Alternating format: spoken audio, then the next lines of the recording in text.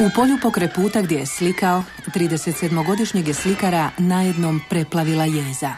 Uznemiren, naglo je ostavio kist, uzeo oružje i pucao si u trbuh. 2 dana poslije, 29. srpnja 1890. nesretnik je preminuo zbog posljedica strašnog čina. U to je vrijeme nesretnog samoubojicu, nizozemskog slikara, grafičara i crtača Vincenta van Gogha poznavao manji krug ljudi.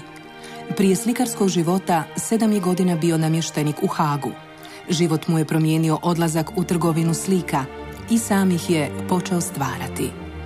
Zanesen svakodnevnim životom, strastveno je slikao seljake, radnike i njihovu patnju. Kako bi se usavršio, rado je primao savjete i pohađao škole crtanja.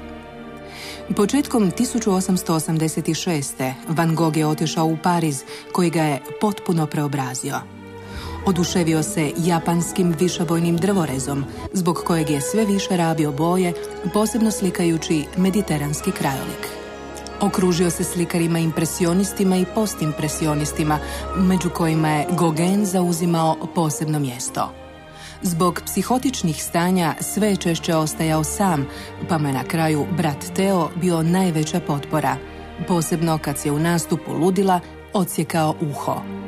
Prethodnik europskog ekspresionizma, Vincent van Gogh, bez predaha je slikao portrete, autoportrete i krajolike, od kojih su suncokreti najpoznatiji.